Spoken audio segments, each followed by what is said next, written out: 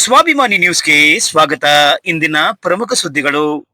ನಾಡಿನ ಪ್ರಸಿದ್ಧ ದೇವಾಲಯಗಳಲ್ಲಿ ಒಂದಾದ ಸಾಗರ ತಾಲೂಕಿನ ಸಿಗಂದೂರಿನ ಶಕ್ತಿ ದೇವತೆ ಶ್ರೀ ಚೌಡೇಶ್ವರಿ ದೇವಸ್ಥಾನದ ಧರ್ಮದರ್ಶಿ ಶ್ರೀ ರಾಮಪ್ಪನವರ 72ನೇ ಜನ್ಮ ದಿನಾಚರಣೆಯ ಪ್ರಯುಕ್ತ ಸಾಗರದ ಸರ್ಕಾರಿ ಆಸ್ಪತ್ರೆಗಳಲ್ಲಿ ರೋಗಿಗಳಿಗೆ ಹಣ್ಣು ಹಂಪಲು ವಿತರಣೆ, ಅನಾಥಾಶ್ರಮಗಳಿಗೆ ಸಹಾಯ ಮಾಡುವ ಮೂಲಕ ಆಚರಿಸಲಾಗುವುದು ಎಂದು ಸಿಗಂದೂರು ರಾಮಪ್ಪನವರ ಅಭಿಮಾನಿ ಬಳಗದ ಪದಾಧಿಕಾರಿಗಳು ಪತ್ರಿಕಾಗೋಷ್ಠಿಯಲ್ಲಿ ತಿಳಿಸಿದರು. ಶ್ರೀ ಸಿಗಂದೂರು ಚೌಡೇಶ್ವರಿ ದೇವಾಲಯದ ಧರ್ಮದರ್ಶಿ ಶ್ರೀ ರಾಮಪ್ಪನವರ ಜನ್ಮದಿನದ ಪ್ರಯುಕ್ತ ಮೇ 13ರ ಮಂಗಳವಾರ ಬೆಳಗ್ಗೆ ಸಾಗರದ ಶ್ರೀ ಮಹಾಗಣಪತಿ ದೇವಾಲಯ ಮತ್ತು ಮಾರಿಕಾಂಬಾ ದೇವಾಲಯಗಳಲ್ಲಿ ವಿಶೇಷ ಪೂಜೆ ಹಮ್ಮಿಕೊಳ್ಳಲಾಗಿದೆ. ಸಾಗರದ ಸರ್ಕಾರಿ ಆಸ್ಪತ್ರೆ ಮತ್ತು ಮಹಿಳಾ ಮತ್ತು ಮಕ್ಕಳ ಆಸ್ಪತ್ರೆಯ ಒಳರೋಗಿಗಳಿಗೆ ಹಣ್ಣು ಹಂಪಲು ವಿತರಣೆ ಮಾಡಲಾಗುವುದು. ಸಾಗರದ ಕೆಲವು ಅನಾಥಾಶ್ರಮಗಳಿಗೆ ಸಹಾಯ ಮಾಡುವ ಜೊತೆಗೆ ಸಿಗಂದೂರಿನಲ್ಲಿ ರಕ್ತದಾನ ಶಿಬಿರ ಕಾರ್ಯಕ್ರಮ ಹಮ್ಮಿಕೊಳ್ಳಲಾಗಿದೆ ಎಂದು ಅಭಿಮಾನಿ ಬಳಗದ ವಿಜಯಕುಮಾರ್ ತಿಳಿಸಿದರು. ಪತ್ರಿಕಾಗೋಷ್ಠಿಯಲ್ಲಿ ನಾಗರಾಜ್ ಕೈಸೋಡಿ, ಗಂಟೆ ಹರೀಶ್, ಗಣೇಶ್ ಜಾಕಿ, ಚೇತನ್ ರಾಜ್ ಕಣ್ಣೂರ್, ದೇವರಾಜ್ ಮುಂತಾದವರಿದ್ದರು. ಪತ್ರಿಕಾ ಸಾಗರ ತಾಲೂಕು ಅವರ ಕಡೆಯಿಂದ ನಾವಿವತ್ತು ಪತ್ರಿಕಾ ಒಂದು ಹೇಳಿಕೆಯನ್ನು ಕೊಡಲಿಕ್ಕೆ ಇಷ್ಟಪಡ್ತೇವೆ. ಏನಪ್ಪ ಅಂತ ಹೇಳಿದ್ರೆ, ರಾಮಪ್ಪಾಜಿಯವರ 71ನೇ ಒಂದು ಇದನ್ನು ಮುಗಿಸಿ 72ನೇ ವರ್ಷಕ್ಕೆ ಅವರ ಒಂದು ಕಾಲಿರ್ತಕ್ಕಂಥ ವಸಂತಕ್ಕೆ ಕಾಲಿರ್ತಕ್ಕಂಥ ಒಂದು ಸಂದರ್ಭದಲ್ಲಿ ಅವರ ಅಭಿಮಾನಿ ಬಳಗ ಅವರ ಜನ್ಮ ದಿನಾಚರಣೆಯನ್ನು ವಿಭಿನ್ನವಾಗಿ ಆಚರಣೆ ಮಾಡಬೇಕಂತ ನಾವೆಲ್ಲರೂ ತೀರ್ಮಾನ ಮಾಡಿಕೊಂಡ್ವಿ. ರಾಮಪ್ಪನವರಿಗೆ ಅವರು ತುಂಬ ಸರಳ ಸಜ್ಜನಿಕೆಯ ವ್ಯಕ್ತಿ. ಅವರಿಗೆ ಯಾವುದೇ ದುಂದುವೆಚ್ಚ ಆಗಲಿ ಅಥವಾ ಅನಾವಶ್ಯಕ ಅವರು ಬಿಂಬಿಸಿಕೊಳ್ತಕ್ಕಂಥ ಒಬ್ಬ ವ್ಯಕ್ತಿ ಅಲ್ಲ.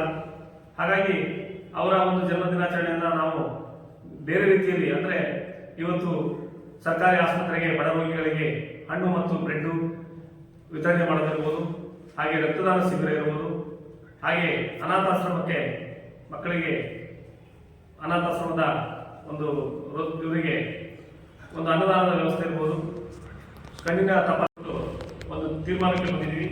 ಹಾಗಾಗಿ ಈ ಒಂದು ಕಾರ್ಯಕ್ರಮಕ್ಕೆ ಜನಸಾಮಾನ್ಯರು ಅತಿ ಹೆಚ್ಚಿನ ಸಂಖ್ಯೆಯಲ್ಲಿ ಬಂದು ಇವತ್ತೇನು ಶಿವಮೊಗ್ಗದ ಮೆಗಾನ್ ಆಸ್ಪತ್ರೆಯಿಂದ ನಮ್ಮ ರಕ್ತದಾನ ಶಿಬಿರಕ್ಕೆ ನಾವು ಏರ್ಪಾಡು ಮಾಡಿದ್ವಿ.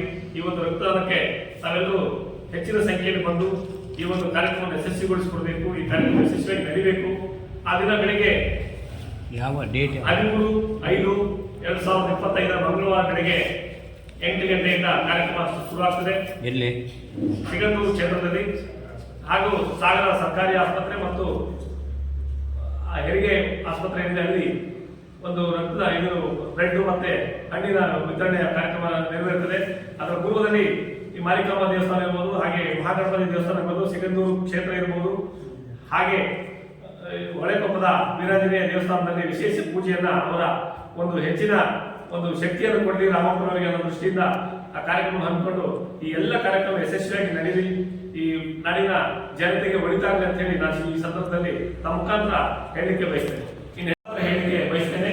ಹಾಗೆ ನಮ್ಮ ದೇಶಕ್ಕೆ ಯಶಸ್ಸು ಸಿಗಲಿ, ಈ ಒಂದು ಇದರಿಂದ ಯಶಸ್ಸಾಗಲಿ ಅಂತ ಹೇಳಿ ನಾನು ಈ ಸಂದರ್ಭದಲ್ಲಿ ಬಯಸ್ತೇನೆ. ರಾಮಪ್ಪನವರು ಕೊರೋನಾ ಸಂದರ್ಭದಲ್ಲೂ ಸಮೇತ ಅನೇಕ ಜನಪರ ಕೆಲಸವನ್ನ ಮಾಡಿದ್ದಾರೆ. ರೈತರಿಗೆ ಆಹಾರ ಕಿಟ್ ವಿತರಣೆ ಇರ್ಬೋದು, ಬೇರೆ ಬೇರೆ ರಂಗದಲ್ಲಿ ಅನೇಕ ಜನಪರ ಚಟುವಟಿಕೆಯನ್ನ ಮಾಡಿದ್ದಾರೆ.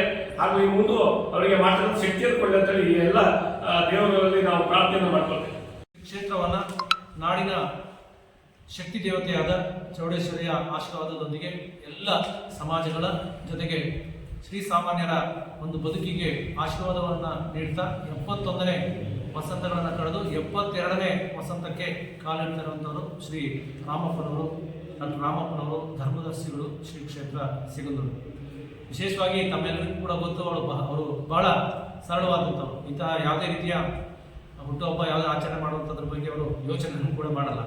ಆದರೆ ಅವರು ಸಮಾಜಕ್ಕಾಗಿ ನಮಗೆಲ್ಲರಿಗೂ ಕೂಡ ಮಾಡಿದಂಥ ಸೇವೆನ ಪರಿಗಣಿಸಿದಂಥ ಉದ್ದೇಶ ಇಟ್ಕೊಂಡು ನಾವೆಲ್ಲರೂ ಸೇರಿಕೊಂಡು ಅವರ ಜನ್ಮದಿನವನ್ನು ಅರ್ಥಪೂರ್ಣವಾಗಿ ಆಚರಿಸಬೇಕು ಅನ್ನುವಂಥದ್ದು ತಾಲೂಕಿನ ಎಲ್ಲ ಜನರಿಗೂ ಕೂಡ ಈ ರಕ್ತದಾನ ಶಿಬಿರ, ಬೇರೆ ಬೇರೆ ಧಾರ್ಮಿಕ ಹುಟ್ಟುಹಬ್ಬದ ಕಾರ್ಯಕ್ರಮದಲ್ಲಿ ತಾವು ಭಾಗವಹಿಸಬೇಕು ಅಂಥೇಳಿ ಕೇಳ್ಕೊಳ್ತಾ, ಮುಖ್ಯವಾಗಿ ಆ ದಿನದ ಒಂದು ದಿನಚರಿಯನ್ನು ನಾನು ತಿಳಿಸ್ತಾ ಇದ್ದೇನೆ. ಮುಖ್ಯವಾಗಿ ಆ ದಿನ ಸಾಗರದ 2 ದೇವಾಲಯಗಳಲ್ಲಿ ಹಾಗೆ ಶ್ರೀ ಕ್ಷೇತ್ರ ಸಿಗಂದೂರಿನಲ್ಲಿ ಮೊದಲು ಶ್ರೀ ರಾಮಪ್ಪನವರ ಆಯುಷು ಆರೋಗ್ಯದ ವೃದ್ಧಿಗಾಗಿ ಪೂಜೆಯನ್ನು ಸಲ್ಲಿಸಲಾಗುತ್ತೆ. ಜೊತೆಗೆ ಆ ಸಂದರ್ಭದಲ್ಲಿ ಅಭಿಮಾನಿ ಬಳಗದ ಪರವಾಗಿ ಈಗ ಯುದ್ಧದ ಸಂದರ್ಭ ಕೂಡ ಆಗಿರೋದ್ರಿಂದ ದೇಶಕ್ಕೆ ಒಳಿತಾಗಲಿ, ಈ ಸಂದರ್ಭದಲ್ಲಿ ಒಳಿತಾಗಲಿ ಅಂತೇಳಿ ಅಭಿಮಾನಿ ಬಳಗದ ವತಿಯಿಂದ ಶ್ರೀ ಕ್ಷೇತ್ರ ಸಿಗಂದೂರಿನಲ್ಲಿ ವಿಶೇಷವಾಗಿ ನಾವು ತಾಯಿಯಲ್ಲಿ ಬೇಡಿಕೊಂಡು ಪೂಜೆಯನ್ನು ಕೂಡ ಆ ಸಂದರ್ಭದಲ್ಲಿ ಸಲ್ಲಿಸುವಂಥ ಭಾವನೆಯನ್ನು ನಾವುಗಳೆಲ್ಲರೂ ಕೂಡ ಮಾಡಿಕೊಂಡಿದ್ದೇವೆ.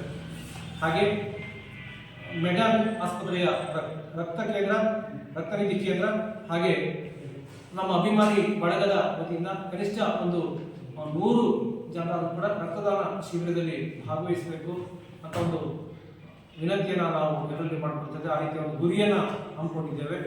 ಕಳೆದ ಬಾರಿ ಕೂಡ ರಕ್ತದಾನ ಶಿಬಿರವನ್ನು ನಡೆಸಿಕೊಂಡಿದ್ವಿ.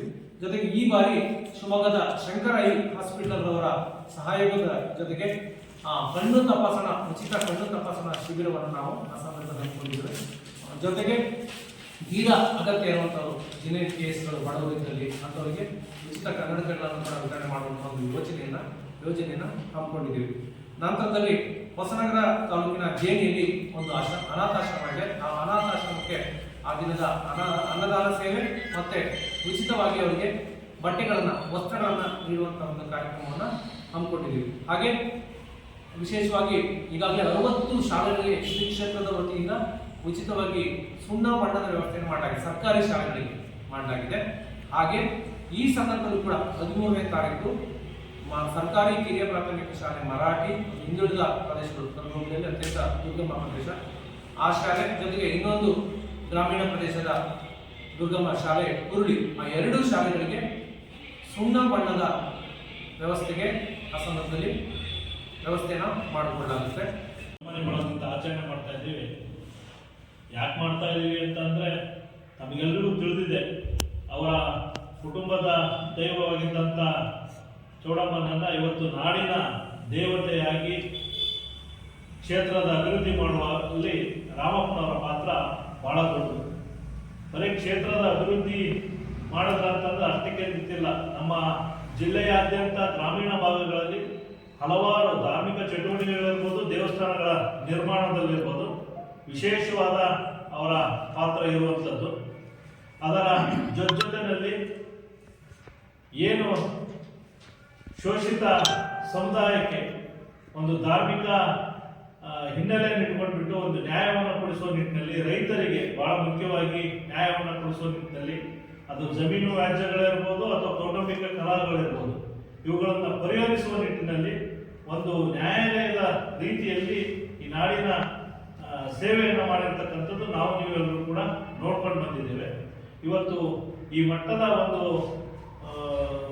ಸೇವೆಯನ್ನು ಮಾಡ್ತಾ ಇರ್ತಕ್ಕಂಥ ರಾಮಪ್ಪನವರ ಜನ್ಮದಿನದಂದು ಅವರಿಗೆ ನಾವು ಈ ತರ ಒಂದು ಹುಟ್ಟುಹಬ್ಬ ಆಚರಣೆ ಮಾಡ್ತಾ ಇದೀವಿ ಅಂತಕ್ಕಂಥ ಮಾಹಿತಿ ಕೂಡ ಇಲ್ಲ. ಯಾಕಂದ್ರೆ ಅವರಿಗೆ ಕೇಳಿದ್ರು ಕೂದಿವಿ ಅಂತಂದ್ರೆ ಬೇಡ ಅಂತ ಹೇಳ್ತಾರೆ.